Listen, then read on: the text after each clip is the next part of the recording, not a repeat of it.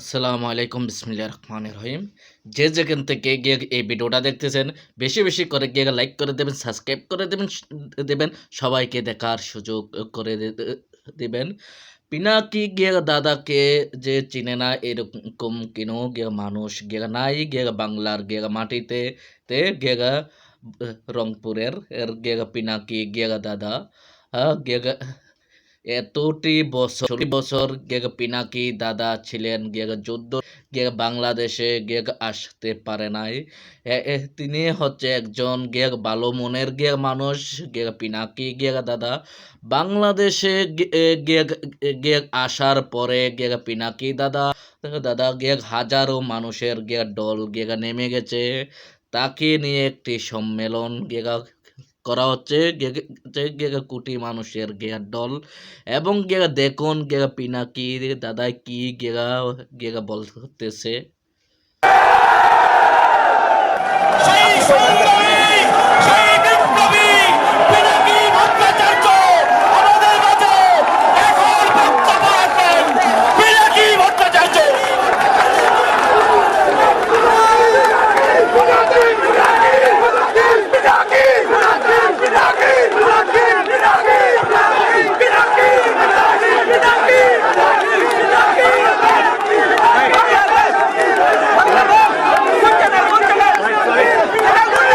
দেশবাসী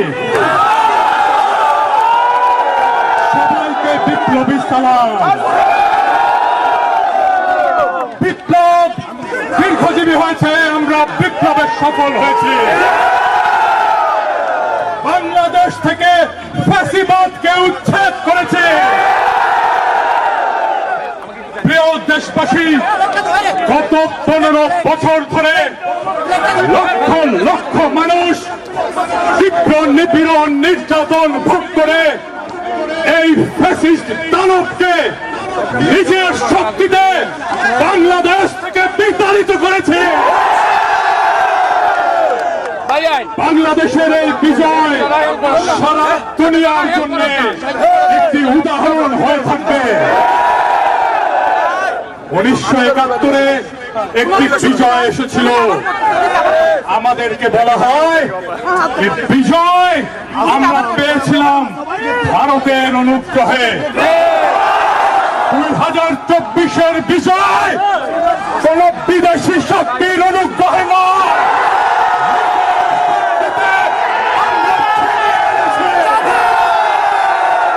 বিজয় বাংলাদেশের জনগণের, বিজয় বাংলাদেশের ভবিষ্যতে, বিজয় বাংলাদেশের তারুণ্যে, বিজয় বাংলাদেশের অবিনাশী শক্তি।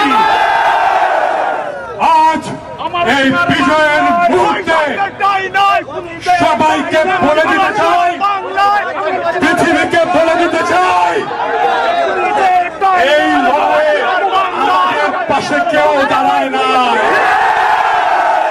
কোন পরাশক্তি দাঁড়ায় নাই, কোন পশ্চিমা শক্তি দাঁড়ায় নাই। আমরাই আমাদের লড়াইকে ছিনিয়ে নিয়েছি। সবাইকে বলে দিয়ে বলতে চাই, বাংলার মাটির দুর্জয় ঘাটে কোন দুর্বৃত্ত ভবিষ্যতে এই বাংলাদেশের বুকে আর চেপে বসতে পারবে না। ভারতের সরকারকে আমি বলে দিতে চাই, আপনারা হাসিনা সরকারকে আপনাদের রাজনৈতিক এবং কূটনৈতিক সমর্থন দিয়ে টিকিয়ে রেখেছিলেন। বাংলাদেশের জনগণ এটা ভুলবে না। বাংলাদেশের জনগণ দেখিয়ে দিয়েছে কিভাবে বিপ্লব করতে হয়, কিভাবে ফ্যাসিবাদ হটাতে হয়, রক্ত দিতে হয়, কিভাবে বন্দুকের গুলির সামনে মুখ চিপিয়ে দাঁড়াতে হয়। আমরা 18 কোটি জনগণ বাংলাদেশের স্বাধীনতা, সার্বভৌমত্ব, জাতীয় মর্যাদা রক্ষা করার জন্য আবু সাঈদের মতো মুখ চিপিয়ে দাঁড়াবো ভবিষ্যতে। প্রিয় বন্ধুরা,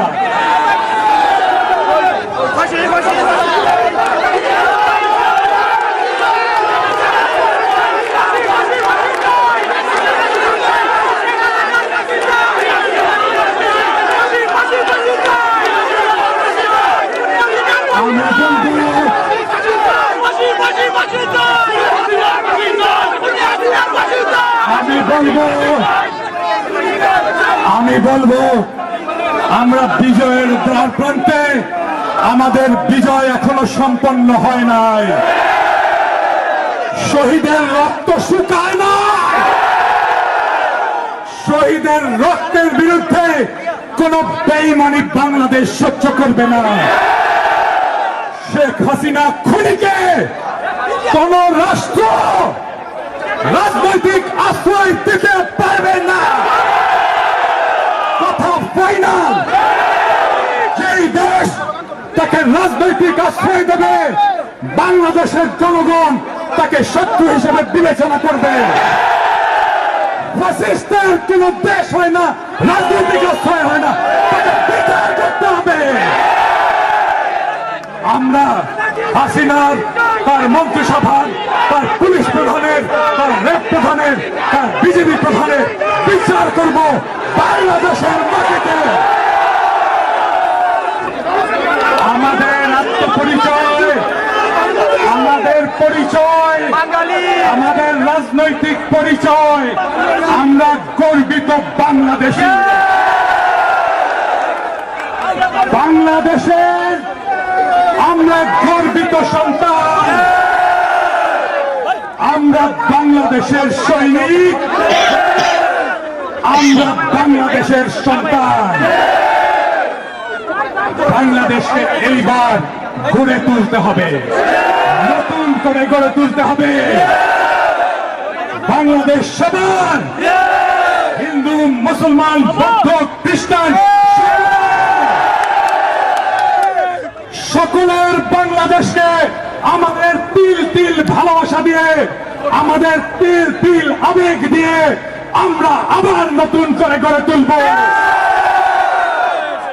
বাংলাদেশ হবে সারা দুনিয়ার বিস্ময়। বাংলাদেশকে দেখে সারা দুনিয়া শিক্ষা নেবে কিভাবে দেশের মাটিকে রক্ষা করতে হয়, কিভাবে ফ্যাসিবাদের বিরুদ্ধে লড়াই করতে হয়, কিভাবে রক্ত দিতে হয়, কিভাবে জীবন দিয়ে বিজয় ছিনিয়ে নিতে হয়। সবাই ভালো থাকবেন। আগামী বাংলাদেশে সবার সাথে দেখা হবে।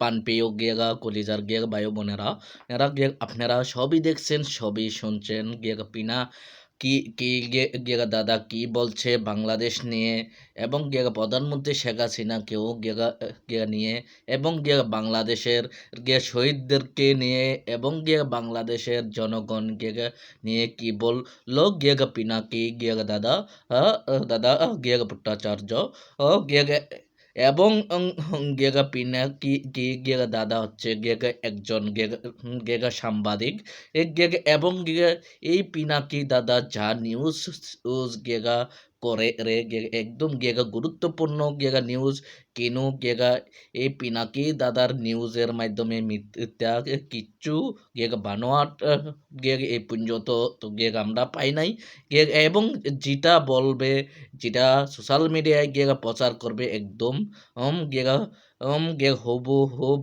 গেগা একদম গেগা রাইট বাজে গেগা পিনাকি কে দাদা নিউজ গেগা প্রচার গেগা করে গেগা আপনারা সব বিস্তারিত গেগা ভিডিওগুলা দেখছেন গেগা এবং শুনছেন গেগা আমি এইবারের মতোই গেগা বিদায় নিচ্ছি গেগা আবারও পরবর্তীতে গেগা আপনারা সাথে গেগা দেখা হবে গেগা আসসালামু আলাইকুম।